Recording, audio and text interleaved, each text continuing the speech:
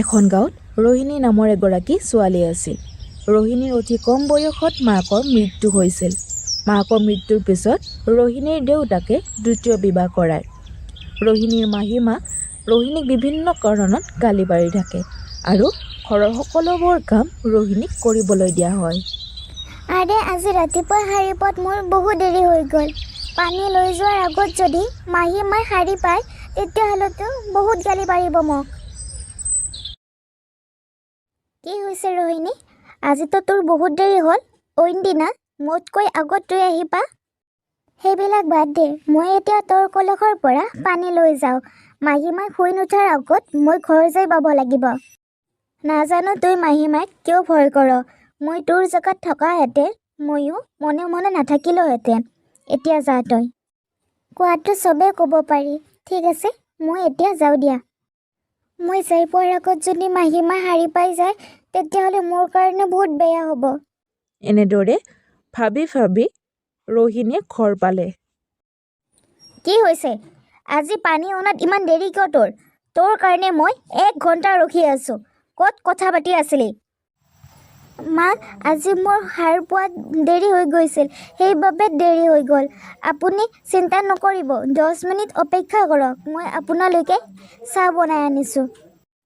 তই এইটো ভালদৰে জানা যে ৰাতিপুৱা শুই উঠাৰ লগে লগে মোক চাহ লাগে। তই জানি বুজি আজি দেৰিকৈ গৈছা।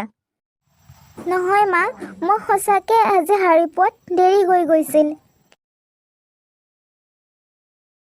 ইয়াৰ পিছত ৰোহিণীয়ে মাহীমাকৰ কাৰণে চাহ লৈ আহে।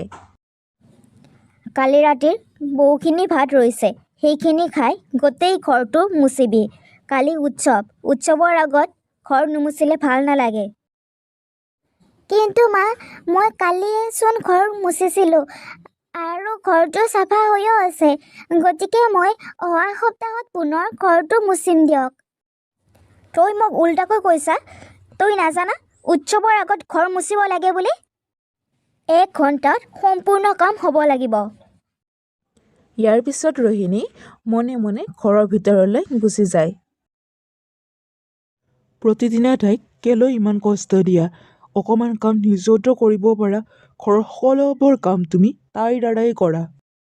আৰে বাহ, আজিকালিতো তুমিও বহুত কথা কোৱা কৰিছা। যদি ইমানেই মৰম ছোৱালীলৈকে তেতিয়াহ'লে ছোৱালী ভাগৰ কাম তুমিয়ে কৰিবা। আজিকালি মোৰ গা ভাল নহয়, যাৰ বাবে মই ঘৰতে আছোঁ। সেইবাবে তুমি মোক কথাই শুনাইছা। তুমি ভালদৰে জানা মই তোমাক কোনোদিন পইচাৰ বাবে অভাৱ দিয়া নাই। আমাৰ ইমানখিনি মাটি সম্পত্তি আছে, ঘৰত বহি বহি মই খাব পাৰোঁ। কেতিয়াবা মই তোমাক কৈছোঁ জানো ঘৰৰ বাহিৰত গৈ পইচা আনিব? একমাত্ৰ তুমিয়ে আছা নিজৰ পত্নী একো কাম নকৰাকৈ খুৱাই আছা, আৰু বাকীবিলাকেতো এনেয়ে আছে, নহয় জানো? তুমি কথাবিলাক ভালদৰে ভাবিলে নিজৰ ভুল বুজি পাবা। একমাত্ৰ ছোৱালী এজনী, সেইজনী ছোৱালীক তুমি মৰম কৰি ৰাখিবৰ পৰিৱৰ্তে ইমানখিনি কষ্ট দিয়া। অ' আচ্ছা, তাৰমানে মোৰ সন্তান নাই বাবে তুমি মোক এনেকৈ কৈছা, নহয়নে? বুজি পোৱা মানুহে বুজাব পাৰি, তোমাৰ নিচিনা মানুহক বুজাব নোৱাৰি। এনেদৰে ডালিমী নিজৰ স্বামীকো গালি পাৰি থাকে। সকলোবিলাক কাম ৰোহিণীয়ে কৰি বাহিৰলৈ আহে। আৰে কলৈ? কাম হ'ল তোৰ? মা, মোৰ প্ৰায় সকলোবিলাক কামেই হৈছে। মই এবাৰ ৰীণাৰ ঘৰৰ পৰা আহোঁ। আজি তাইক চাবলৈ ল'ৰা আহিব। তাত কি হ'ল?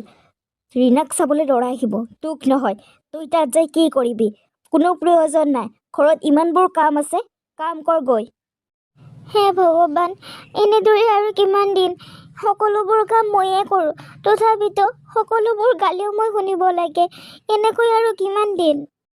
এনেদৰে কেইদিনমান পিছত। শুনা, আমাৰ ছোৱালীৰ কাৰণে এটা ভাল বিয়াৰ প্ৰস্তাৱ আহিছে। বহুত টকা সম্পত্তি আছে, বহুত চহকী। তাইৰ তাত বিয়া হ'লে বহুত সুখত থাকিব পাৰিব।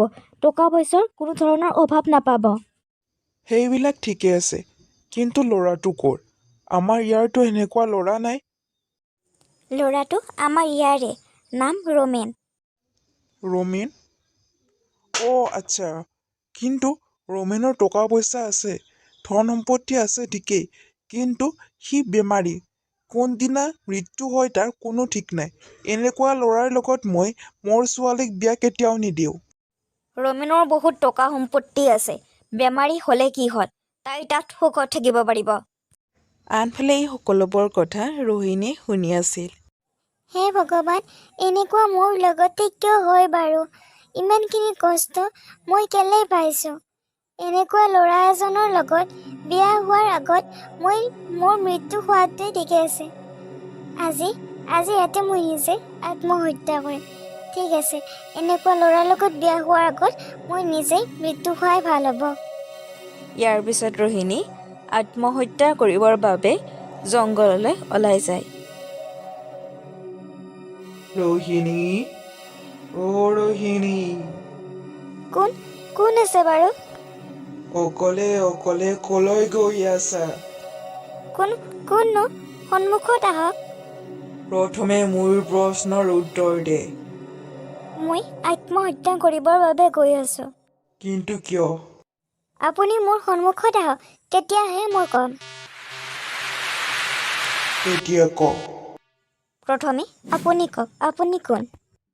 মই সকলোৰে ইচ্ছা পূৰণ কৰোঁ। সঁচাকৈ? মই কেনেকৈ বিশ্বাস কৰি ল'ম? ঠিক আছে, তই প্ৰমাণ কৰিছা।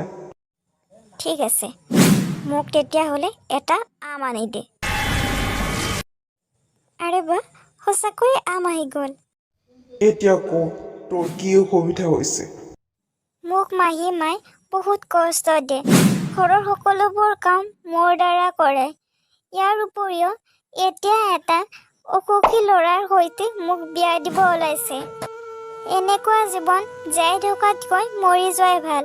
সেইবাবে মই নিজকে আত্মহত্যা কৰিব আহিছোঁ। নালাগে তই আত্মহত্যা কৰিবলৈ, মই তোক সহায় কৰিম। কিন্তু কেনেকৈ? তই সেইবিলাক চিন্তা কৰিব নালাগে। যেতিয়া তোৰ প্ৰয়োজন হয় তেতিয়াই জিনু বুলি চিঞৰিবি, মই তোৰ আগত আহি যাম। তোৰ কথা মই কেনেকৈ বিশ্বাস কৰিলোঁ? প্ৰমাণ কৰিছা। ঠিক আছে, তেতিয়াহ'লে তই এতিয়াই মোৰ লগত মোৰ ঘৰলৈ ব'ল আৰু মোৰ মাহীমাক এই সেকা দিগে। তই তোৰ মাহীমাৰ লগত কি কৰিব বিচাৰিছা? ক্ষতি হোৱা কোনো কাম কৰিব নালাগে, মাত্ৰ ভয় খোৱালেই হ'ব। ঠিক আছে। ইয়াৰ পিছত জিনু গৈ মাহী মায়েকক বেয়াকৈ ভয় খুৱায়। ইয়াৰ পিছত মাহী মায়েকে নিজৰ ভুল বুজি পায়।